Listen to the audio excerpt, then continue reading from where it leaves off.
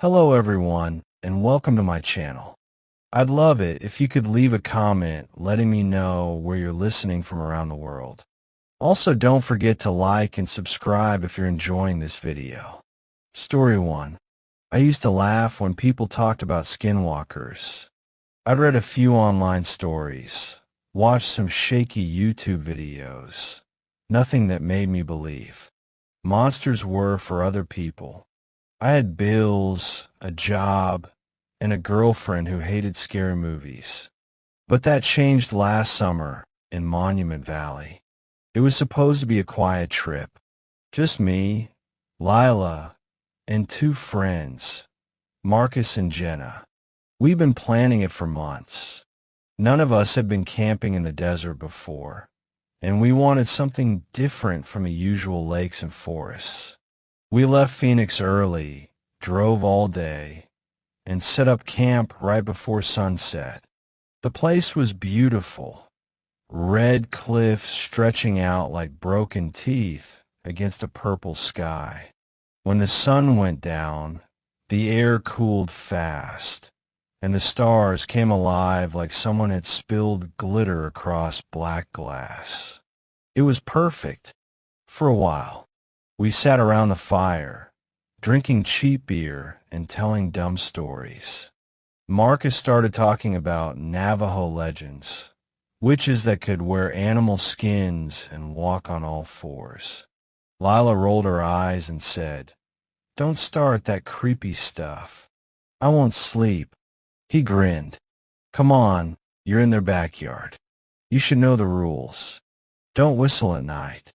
Don't answer voices you don't recognize. Don't say their name out loud." I laughed it off, but something about the way he said it made the night feel a little colder. Jenna looked uneasy, staring into the dark where the firelight didn't reach. We went to bed around midnight.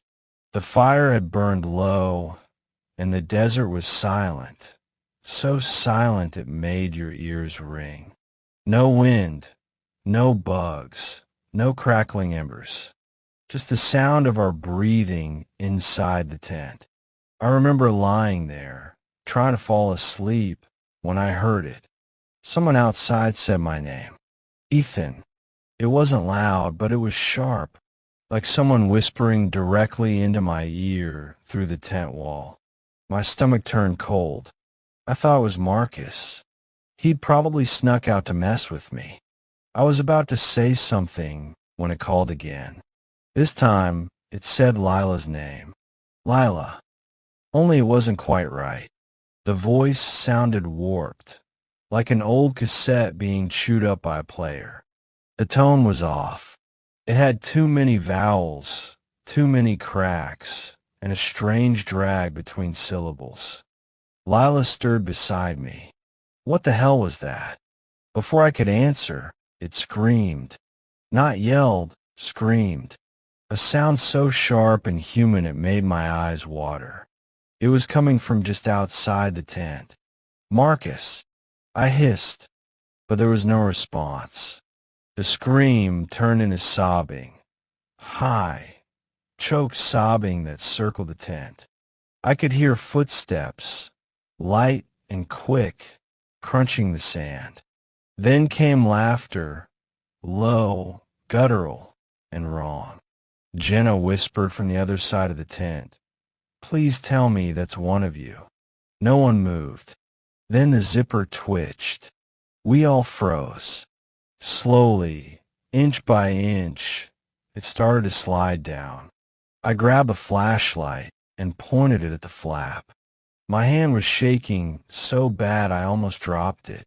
When the light hit, the zipper stopped, and that's when I saw it. A figure crouched low, right at the edge of the beam. Its skin was pale gray, stretched too tight across bones that looked broken. It wore something over its head, a deer skull, long and cracked, with bits of hair still hanging from it. Its fingers were long, too long, with joints bending in directions they shouldn't. The hands twitched, covered in something slick that glistened under the light. It hissed, a wet, sucking sound, and then it moved. Not ran. Moved. Like smoke with bones. It darted sideways, so fast the flashlight couldn't follow. We heard claws scraping rocks, then silence. We sat there, hearts pounding, not saying a word. Lila was crying quietly. Marcus had his knife out, though it shook in his grip. I wanted to unzip the tent and make sure it was gone, but some instinct screamed at me to stay still. We waited till dawn. When the first light hit the tent, I finally unzipped it. The desert looked calm again, just rocks, dust, and endless sky. But the sand around our tent was covered in footprints. Bare feet, human feet, except they were backward. Each toe print pointed toward the tent instead of away. We packed up in total silence. Jenna refused to speak. Lila didn't stop shaking until we were halfway back to the highway. When we dropped Marcus and Jenna off, nobody said goodbye. We all just nodded and went our separate ways. For a while, I tried to forget it. I told myself it was exhaustion, or maybe someone playing a trick. But a week later, Lila called me crying in the middle of the night. She said she'd heard my voice outside her window. I live across town. She said it was calling her name softly, over and over, just like in the desert. Then it laughed, the same broken, dragging sound we'd heard outside the tent. I stayed on the phone while she checked. Nothing there, just the faint sound of footsteps walking away. That was 3 months ago. Lila doesn't talk about it anymore. But sometimes, when I'm alone late at night, I hear something in the wind, something that sounds almost human. It says my name, stretched and broken, like a recording of myself twisted inside out. Ethan. And then, sometimes it laughs. If you ever camp in Monument Valley and the desert goes completely silent, don't listen for what comes next. Because once it knows your name, it never stops calling. Story 2. I grew up in a place where the wind never stopped talking. Northern Arizona. Endless dirt, brittle grass, the sound of coyotes echoing at night. Our ranch sat far from town, right on the edge of Navajo Nation land. There weren't many neighbors, and at night, the desert looked like a black ocean swallowing the world. My older brother, Jesse, was the kind of guy everyone liked. Confident, brave. He knew the land like the back of his hand. I followed him everywhere when we were kids, down dry creek beds, up rocky ridges, through patches of cactus taller than us. He used to say, "This land remembers everything, little brother. Don't ever forget that." The night he went missing, the air felt off. The horses were restless. Even the dogs refused to go near the fence line that stretched out toward the reservation. Dad sent Jesse out to check on a section of wire that had snapped in the wind. He left with a flashlight and his old Winchester.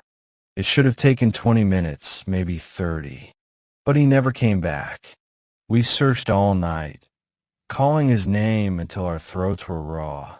The next morning, the sheriff came with volunteers. They combed the land for days. Nothing.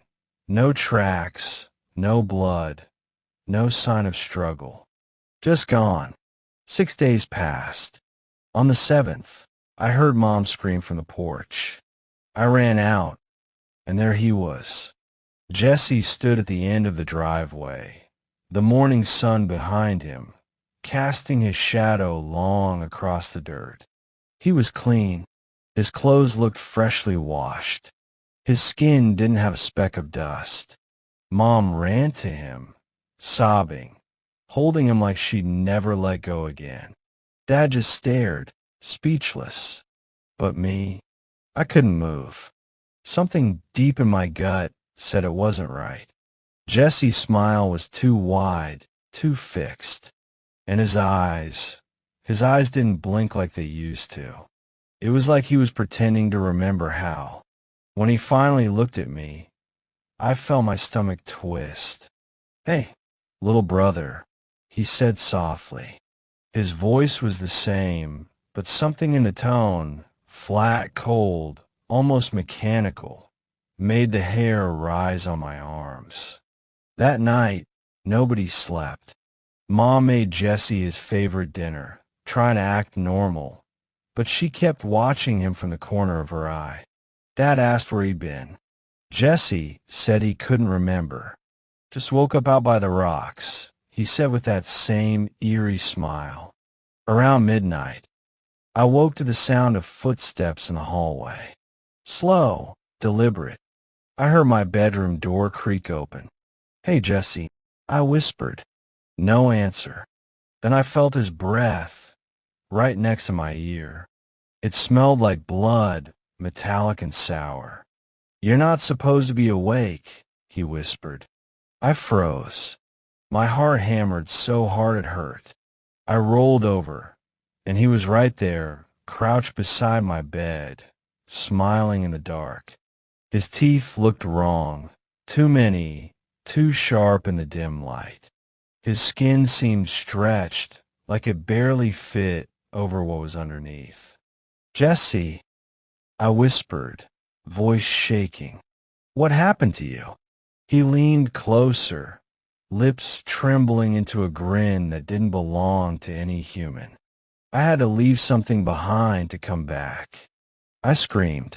The lights came on, and Mom and Dad rushed in, but he was gone. The window was open, curtains blowing in the desert wind. We searched the entire property again. No Jesse, just his old clothes, folded neatly by the fence line, shirt, jeans, boots, all clean, like they'd been washed and pressed. The sheriff said coyotes probably got him after he ran off again. But coyotes don't fold clothes. Mom cried for weeks. Dad stopped talking altogether. The house felt emptier than before, even though his presence lingered like a bad dream that wouldn't fade. 2 weeks later, Mom swore she saw him. Said he was walking along the fence line at dusk. Same clothes, same stride. She called out his name. That's when the thing turned its head. Not all the way, but too far for a human neck. Then it dropped to all fours and sprinted into the desert, moving like a coyote but faster, smoother, almost gliding. That night, we packed what we could and left the ranch behind. Dad sold it a month later. None of us ever went back. But I still dream about that smile. Sometimes, when I can't sleep, I hear footsteps in the hallway, slow, steady, like someone trying to remember how to walk. And every now and then, when the wind blows just right, I swear I hear his voice outside my window, whispering the same words. "You're not supposed to be awake." I tell myself it's just the wind, just the desert remembering. But deep down, I know the truth. Whatever came back that day wasn't my brother. And somewhere out there, in the endless dark, the thing wearing his face is still looking for me. Story 3. 2 years ago, I was working highway maintenance near Shiprock, New Mexico. One of those jobs where the days are long, the heat never quits, and the desert feels alive. The kind of alive that watches you. We were repaving a stretch of road that ran close to the reservation. Most of the crew were local Navajo men, quiet, hard-working types who didn't talk much after sunset. They'd sit around the campfire, murmuring in their language, and when the night got too still, they'd look toward the desert like they were listening for something.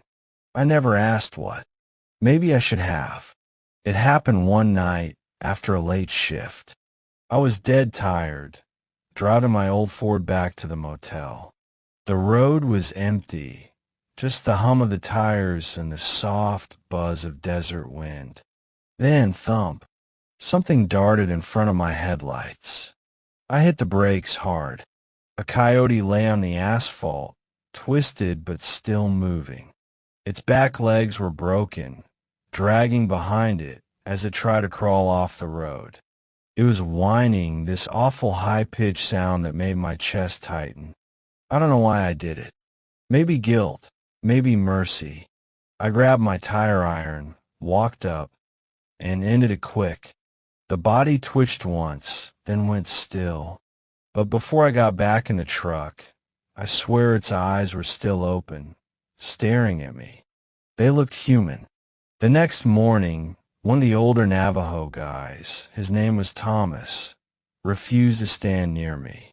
When I asked why, he just said quietly, "You shouldn't have touched it." I laughed it off. It was just a coyote. He looked me dead in the eye. No, it wasn't. Then he turned and walked away. That night, I couldn't sleep. I kept hearing something outside my motel window. Scratch, scratch, tap. It wasn't wind. It wasn't branches.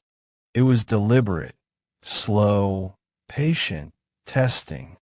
I sat up, heart pounding, and looked toward the curtain. A shadow moved on the other side, faintly outlined by the yellow street light. I thought maybe it was a stray dog, so I pulled the curtain open. Nothing. The parking lot was empty. The air was still. Then, asterisk tap tap tap. Asterisk. I froze. The sound came from right behind the glass, at eye level. And there it was. My own face, pressed against the window. Same beard, same tired eyes, same scar on my cheek from when I fell off a bike as a kid. But it was smiling, wide and unnatural, all teeth and no warmth. I stumbled backward, knocking over the lamp. The light went out. My phone fell off the nightstand. I scrambled for it, turned on the flashlight, and when I shone it back toward the window, nothing. Just condensation where a breath had fogged the glass. The next morning, I found deep claw marks on the truck's hood. 5 grooves, sharp and curved, circling like something had walked around it all night. I showed Thomas. He wouldn't even look. He just shook his head and muttered a prayer under his breath. For weeks after that, it followed me. I'd hear footsteps behind me on the job site, on empty roads, in hotel hallways at night. Sometimes I'd catch a reflection in a window, my own, but the mouth would move before I did. I drove home after the project ended, thinking distance would help. It didn't. In Albuquerque, I woke one night to the sound of laughter. My laughter. It came from the hallway. When I opened the door, I saw myself at the end of the corridor, standing in the dark, head tilted, smiling like before. It took one step toward me, and all the lights flickered out. I don't remember running back inside. I just remember locking the door and sitting there until morning, gripping the tire iron like it could protect me. I quit the road crew the next day, but wherever I went, it came to. Cities, towns, didn't matter. I catch glimpses in mirrors, in glass storefronts, in puddles, always smiling, always waiting. Finally, I went back. It was stupid, I know, but I couldn't take it anymore. I drove all night to that same stretch of road near Shiprock, parked where it happened, and just sat there. The desert was silent except for the wind whispering through the sagebrush. I got out, walked to the edge of the asphalt, and said out loud, "I'm sorry." The air shifted. The wind picked up, hard to dry. Sand stung my face. For a moment, I swore I heard laughter, soft, distant, carried by the dust. Then it was over. Since that night, it's been quiet. I haven't seen it again, haven't heard my own voice in places it shouldn't be. But whenever I drive past that area, my radio cuts to static. No stations, no voices, just static. And sometimes if I listen close, I hear a whisper in the white noise. It sounds like me, saying, "Asterisk, don't hit me again. Asterisk,